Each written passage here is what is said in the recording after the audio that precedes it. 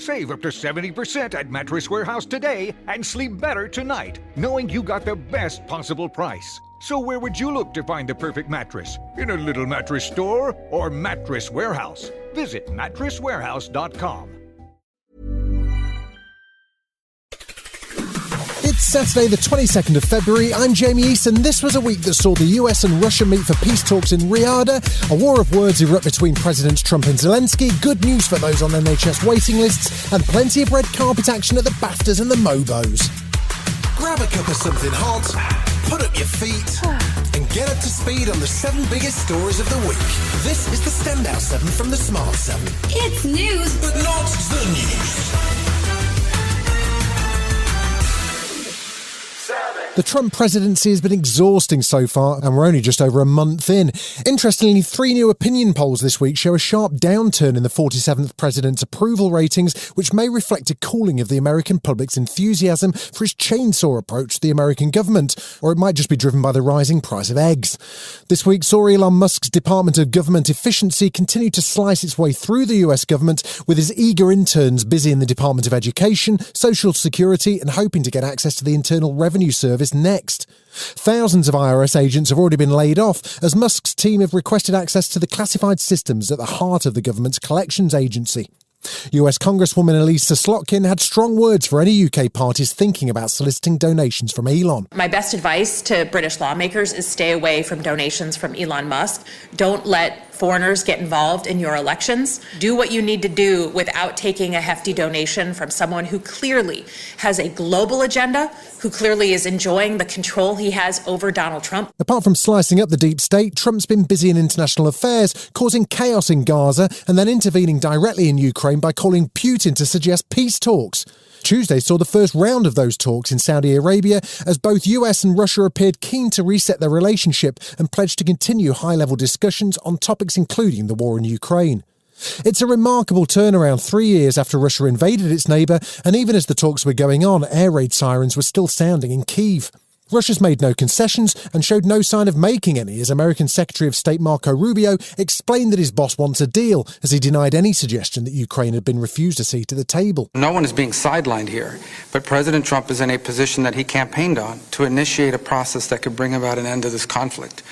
And from that could emerge some very positive things for the United States, for Europe, for Ukraine, for the world. The prospect of Russia and the US agreeing to any deal without Ukrainian involvement horrified European allies. Russian Foreign Secretary Lavrov flatly rejected a proposal that there should be a pause in attacks on energy infrastructure, claiming that Russia's never attacked civilian power plants in Ukraine. Ukrainian MP Kira Rudik was deeply pessimistic about where these talks will lead. You would not find a solution in talks with Russia. We have been in these talks and negotiations since 2014. There was not a single day when Russia honored their part of the deal. And things escalated on Wednesday, but not on the battlefield. Instead, it was Trump and Zelensky who were exchanging angry words.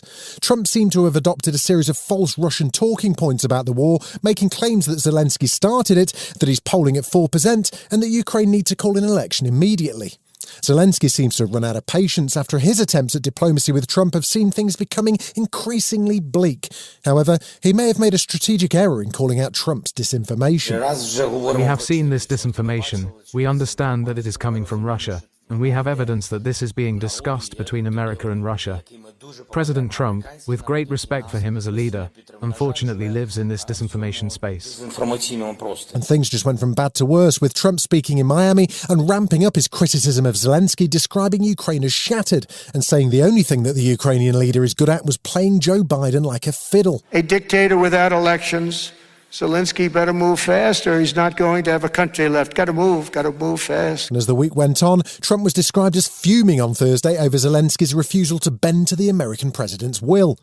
Trump's national security advisor Mike Waltz said Zelensky needs to stop criticising Trump and sign the mineral rights deal. And that deal is reported to involve Ukraine signing away $500 billion worth of mineral and drilling rights to the US in return for no security guarantees. And it does sound like a bit of a mafia-style shakedown more than anything.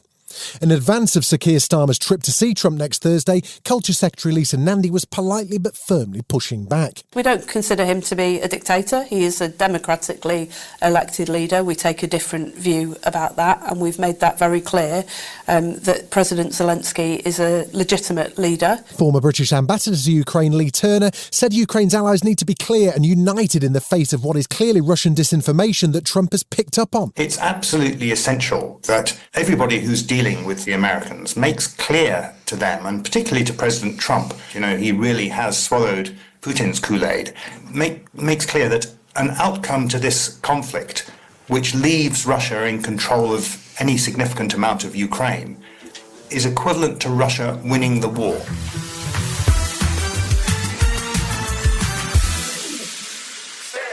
Well, the Trump administration's new determination to end the war in Ukraine has led to chaotic scenes in European politics across this week. In response to the American and Russia talks, French President Macron called an emergency summit of EU leaders on Monday, which UK PM Keir Starmer attended. Zelensky had been put in a really difficult position, trying to placate Trump whilst also fending off Putin, and he spoke to NBC on Sunday night about the importance of US support. Probably it will be very, very, very difficult. And of course, in all the difficult situations, you have a chance, but we will have a low chance to survive without support of the United States. With Zelensky unwilling to accept any US-Russian deal if Ukraine's not part of the discussion, European allies have spent the week trying to deliver a coherent plan.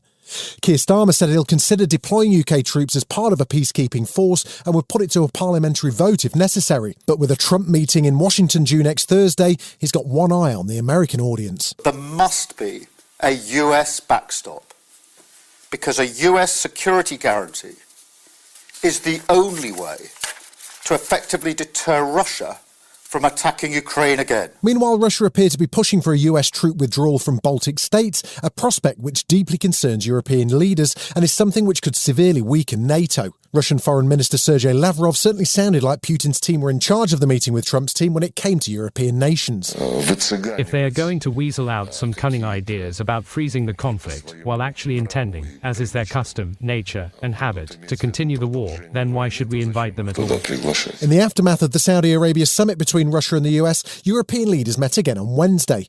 Zelensky was sounding increasingly frustrated as he returned from a visit to Turkey and cancelled a proposed trip to Riyadh. UK Defence Secretary John Healey says it's time for European allies to think differently. We're in a new era of threat, and that demands a new era for defence. This government was elected on a mandate in one word: change.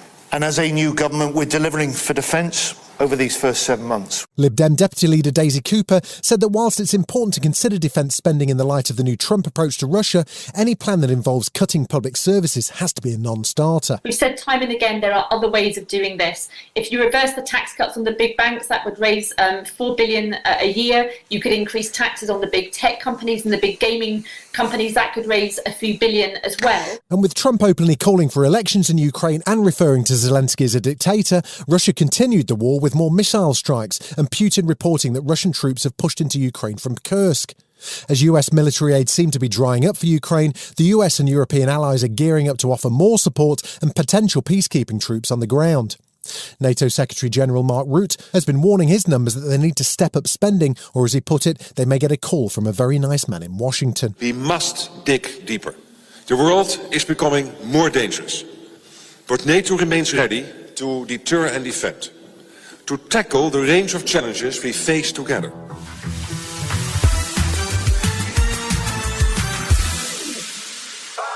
There was good news about the NHS for once on Monday. Labour announced they delivered on a key election pledge to cut waiting times and deliver 2 million extra appointments across the UK.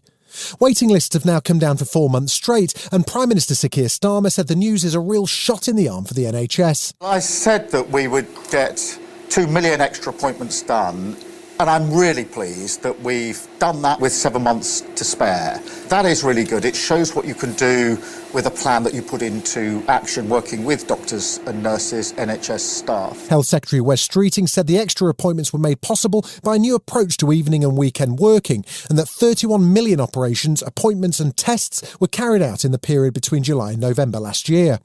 He was sounding a note of caution, though, as this is just one of 6 steps the government said will need to significantly change the NHS for the better. I don't want anyone to think we're doing victory laps. There are still massive challenges in the NHS. People are still struggling to get GP appointments, and we've also got big challenges on things like ambulance response times. So I know there are still challenges, a lot done, a hell of a lot more to do. The UK's inflation rate rose again in January, up 0.5% from December to 3%. It was somewhat faster than expected, but Exchequer Secretary to the Treasury, James Murray, said it's nothing to be concerned about at this stage. The Bank of England's been clear that they expected inflation to be slightly higher in the first half of this year, while still being on target. So we know that the road is going to be bumpy towards getting to that target, but we're confident in our plan for change. The increase will reduce the chances of a Bank of England rate cut in March, and the Treasury says the road ahead may be a little bit bumpy. Wage growth is still ahead of inflation, but Tory Shadow Chancellor Mel Stride was blaming Rachel Reeves for the jump, repeating his claim that she's out of a depth and we're all paying the price. Grant Fitzner is the chief economist at the Office for National Statistics, and he told the Today Show that there are some quite specific issues driving the bump in inflation. The key reason is that the biggest one was airfares. Food prices are up, and then thirdly, private school fees, where prices rose by around 13%. Also on Wednesday, the Home Office announced a series of changes to policy in a bid to tackle knife crime.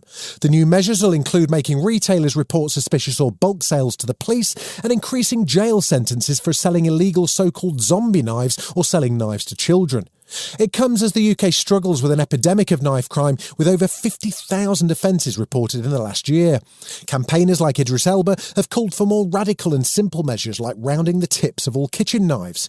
The new measures are to be called Ronan's Law, after a 16-year-old who was stabbed to death in Wolverhampton by 2 teenagers who bought the weapons online. Home Secretary Yvette Cooper says it's time for change. When we've seen these terrible cases where teenagers were just able to so easily buy lethal weapons in bulk, we have to have much stronger action, stop these lethal weapons getting into the hands of our children.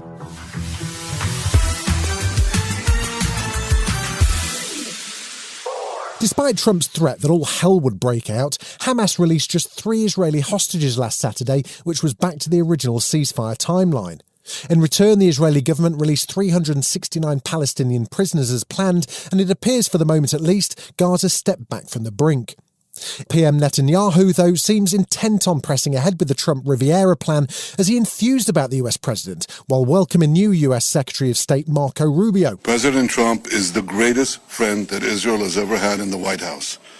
And the visit in Washington reflected that in every way, and your visit here reflects it in every way. Talks about a second phase of the truce were due to begin this week, and Egypt's been busy floating its own plan for the redevelopment of Gaza that doesn't involve the forcible removal of the population. However, Israel announced on Monday it was not fully withdrawing its troops from Lebanon, maintaining 5 key areas despite the ceasefire agreement requiring full withdrawal by Tuesday. Israeli forces also killed a Hamas commander in a strike on Lebanon on Monday, even as talks are due to commence on the next phase of the ceasefire. The current deal is due to run out on the 2nd of March, and the President of Israel, Isaac Herzog, was sounding pessimistic about the requirement for Israel to release Palestinian prisoners in return for Israeli hostages. Israel is releasing arch-terrorists. We are extremely worried about the children. We have to find a mechanism to condense the process and, of course, see how we make sure that this vicious cycle doesn't recur. Wednesday did bring some positive signs that a second phase may be possible, as Netanyahu appointed a new chief negotiator, Ron Dermer, to lead the next round of talks. Hamas has also signalled they might be prepared to release all remaining 58 hostages in one go, although it's not clear how many are still alive. Thursday was set to see the first phase of the final handover of the current agreement, with the bodies of 4 hostages due to be returned to the Israelis. Sarah Davies from the International Committee of the Red Cross says the handover process isn't straightforward. It really is a very, very complex operation. Once our teams begin moving for that operation, their priority is our humanitarian goal, which is to receive the hostages or the detainees into our care and transport them to the authorities. And that handover process saw grim scenes in Khan Yunis as Hamas returned the bodies of 4 Israeli hostages by placing the coffins on a stage and presenting them to the Red Cross. There was criticism from both the UN and the Red Cross over the public nature of the event, which the UN's rights chief Volker Turk described as abhorrent and cruel. The bodies, which were supposed to be those of a mother, her 2 young children and an elderly man, were immediately removed to a forensic centre in Tel Aviv for identification. And that testing suggested that one of the bodies isn't that of Shiri Babas and is also not a match for any of the hostages, which the Israeli military has described as a violation of the utmost severity of the ceasefire agreement. Adam Boehler is the US envoy for hostage affairs, and he spoke to CNN. I mean, it's stunning. I don't know what they thought when they put the body of somebody else in a coffin and said that it was the mother of 2 kids that have been brutally murdered, whether they thought Israel wouldn't find that or not, but it's absolutely stunning. Still to come on the Standout 7, the stars turn out for the BAFTAs and Mobos, and EastEnders turns 40. Right after this. Save up to 70% at Mattress Warehouse today and sleep better tonight, knowing you got the best possible price. So where would you look to find the perfect mattress? In a little mattress store or Mattress Warehouse? Visit mattresswarehouse.com. Welcome back. 2025 hasn't been a great year if you're a nervous flyer. Tuesday saw another air crash in North America, and that's the 4th since January, and this one took place in Toronto. An incoming Delta flight from Minneapolis crashed, burst into flames and flipped over while landing at the Canadian airport. Miraculously, no one was killed, and all 75 passengers and crew were evacuated safely. 18 passengers were taken to hospital, and what exactly happened still remains a mystery, as the runway was dry and there were no crosswinds at the time of the crash. You can hear more on what may have caused the crash and what's going on with the US aviation in this Sunday's episode of the Sunday 7. But for now, Deborah Flint, the president of Pearson Airport, spoke after the incident and praised emergency services for their quick and effective response. We are very grateful that there was no loss of life and relatively minor injuries.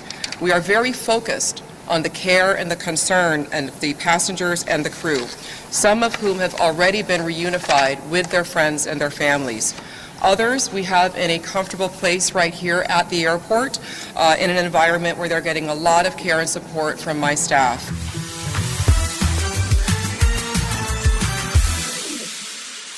Brace yourself, this might make you feel incredibly old, it does me, but EastEnders has just turned 40. I know. The iconic BBC soap set in Walford first aired in 1985 and brought us an endless stream of drama, comedy and television gold ever since. From iconic characters like Dot to groundbreaking gay kisses, there have been over 7,000 episodes aired, and 4 of the episodes are in the all-time top 10 of British TV. This week has seen a series of specials, documentaries and even a groundbreaking live episode in which viewers got to choose what happens next in the storyline. It's quite a legacy, and Adam Woodyat, who plays Ian Beale and has done since the show first aired, says it's the real-life drama that keeps people hooked. We've had so many storylines that have highlighted things without trying to be too preachy. We've tried to make it part of reality. We had the first gay kiss when everybody else was shying away from HIV and AIDS. EastEnders did it.